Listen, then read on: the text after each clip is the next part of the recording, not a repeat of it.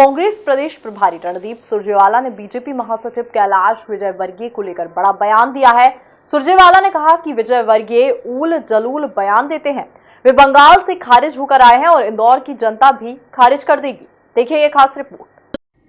Indore 1 number विधानसभा से प्रत्याशी भाजपा महासचिव कैलाश विजयवर्गीय ने कांग्रेस को सनातन विरोधी बताया था, जिसे लेकर अब प्रदेश कांग्रेस प्रभारी रणदीप सुरजेवाला ने पलटवार करते हुए कहा कि वे बंगाल से खारिज होकर आए, अब दिल्ली से भी खारिज हो गए, इंदौर की जनता भी अब खारिज कर देगी।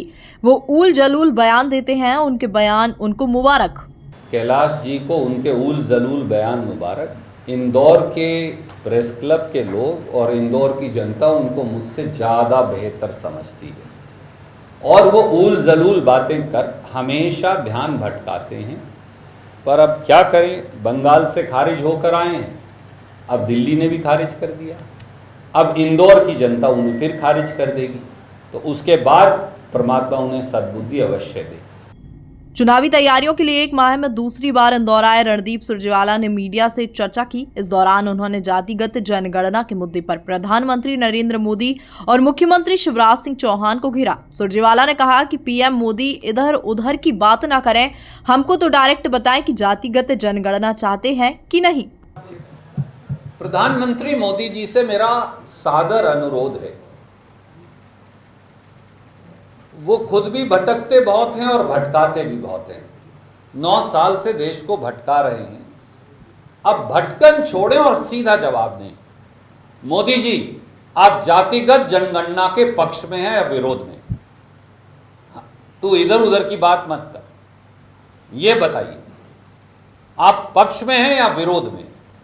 अगर पक्ष में हैं तो कांग्रेस ने जातिगत जनगणना का निर्णय किया था, हमने सेंसस पूरा करवा दिया था, उसका डेटा आपके पास है, आप उसे रिलीज कर दीजिए। और एक और मेरे आदरणीय मित्र पूछ रहे थे, इसलिए याद आ गया, आप कह रहे थे कि हमने बैकवर्ड क्लास कमीशन को स्टैट्यूटरी स्टेटस दिया, तो क्या हो गया? बैकवर्ड क्लास कमीशन तो बैकवर्ड क्लास कमीशन ही रहेगा। ये बताना भूल गए या शायद प्रहलाद जी को जानकारी की कमी रहती है कि 2.5 साल तक उस बैकवर्ड क्लास कमीशन के मेंबर बनाना भूल गए कानून पारित करने के बाद। और 2017 में जो कमीशन फाइनली बना था, जिसका गठन बहुत बाद में हुआ, उसकी रिपोर्ट आए 1 साल हो गया, उसकी रिपोर्ट पर कुंडली मारे बैठे हैं। अगर प्रहलाद पटेल में हिम्मत है तो मैं चैलेंज करता हूं, मोदी जी से वो रिपोर्ट ही रिलीज करवा दो। सुरजेवाला ने सीएम शिवराज सिंह चौहान को डरपोक बताते हुए कहा कि वे घबराए हुए हैं, जातिगत आरक्षण के मुद्दे पर कुछ क्यों नहीं बोल रहे। ऐसी स्थिति में सीएम शिवराज को इस्तीफा दे देना चाहिए। आदरणीय मित्र, मैंने इस सवाल का जवाब दिया था, पर मैं धन्यवाद करता हूं। 2 बातें हैं, या तो प्रतीकात्मक भला कर लीजिए एक व्यक्ति का, जिस व्यक्ति को पिछड़ा वर्ग के नाम पर मुख्यमंत्री बनाया, वो डरपोक है, घबराता है जातिगत जनगणना का नाम लेने से। जिस व्यक्ति का नाम शिवराज सिंह चौहान है, ऐसे पिछड़ा वर्ग के व्यक्ति का क्या करोगे? जो घबराता हो, डरपोक हो, क्या वो पिछड़ा वर्ग की नुमाइंदगी कर सकता है? इसलिए एक व्यक्ति का भला नहीं, हम उस 55 या 60% जिनकी संख्या की आपने चर्चा की, उनके साथ न्याय चाहते हैं। मैं एक अकेले जीतू भाई या अकेले महेंद्र जी की बात करूं तो वो बेमाने हैं।